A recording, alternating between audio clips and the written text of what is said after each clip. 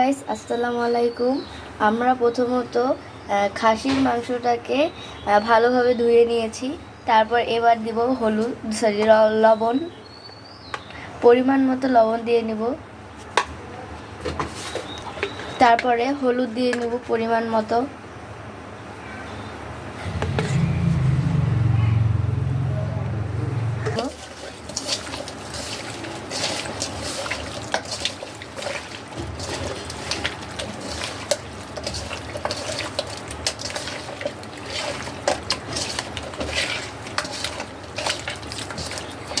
কিছুক্ষণের জন্য রেখে দিব। তারপরে এলাচ, লং এবং দারচিনি থেতো করে নেব।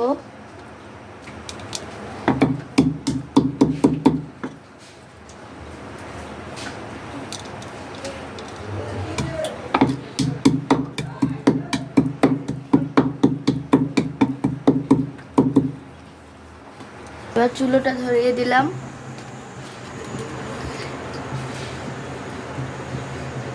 গরম হোক। আমরা এখন সরিষার তেল দিয়ে দেব। আমরা সম্ভবত সরিষার তেল দিয়েই রান্না করি।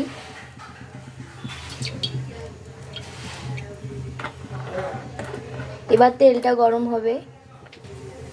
তেজপাতা দিয়ে এগুলো ভেজে নেব।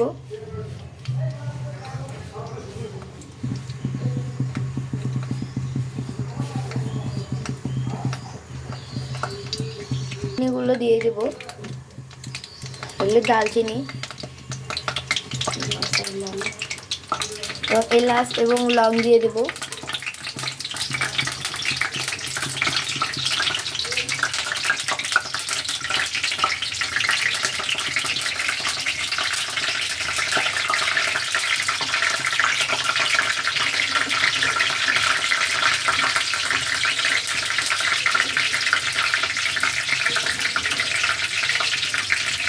এবার এগুলো ভালোভাবে ভেজে নেব। এবার এর মধ্যে খাসির মাংসটাকে দিয়ে দেব।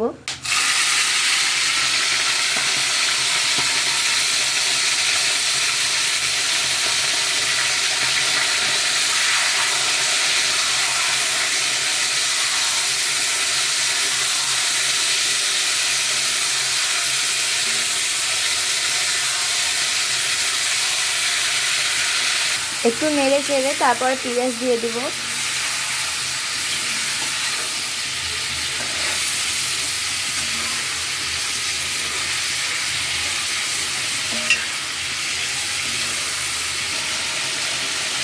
পেঁয়াজটাকে ভালোভাবে ধুয়ে নিচ্ছি।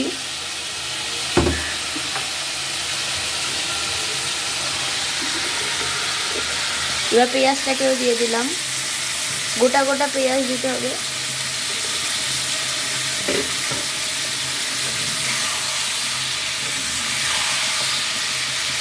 এবার ভালোভাবে নেড়ে চেড়ে রেখে দিতে হবে সিদ্ধ হওয়ার জন্য। এখানে মশলা বাটা দিয়ে দেবো। এখানে সব ধরনের মশলাই বেটে রেখেছি আগে।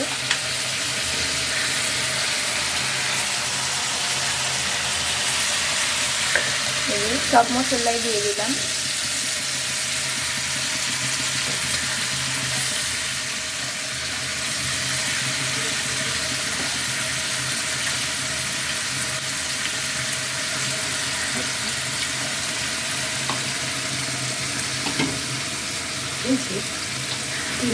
এবার পানি দিয়ে সিদ্ধ করতে বসিয়ে দিলাম।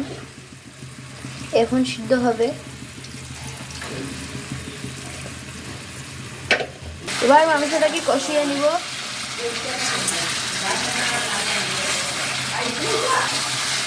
লাল লাল লাল করে কষিয়ে নিতে হবে।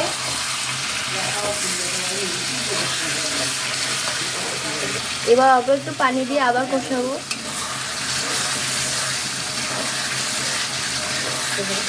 আবার কিছুক্ষণ কষিয়ে নিব। খাসির মাংস কিন্তু কষানোর উপরেই স্বাদ। বেশি কষালে আপনার খাসির মাংসের গন্ধ পাবেন না, তাহলে খাসির মাংসটা মজাও হয় অনেক।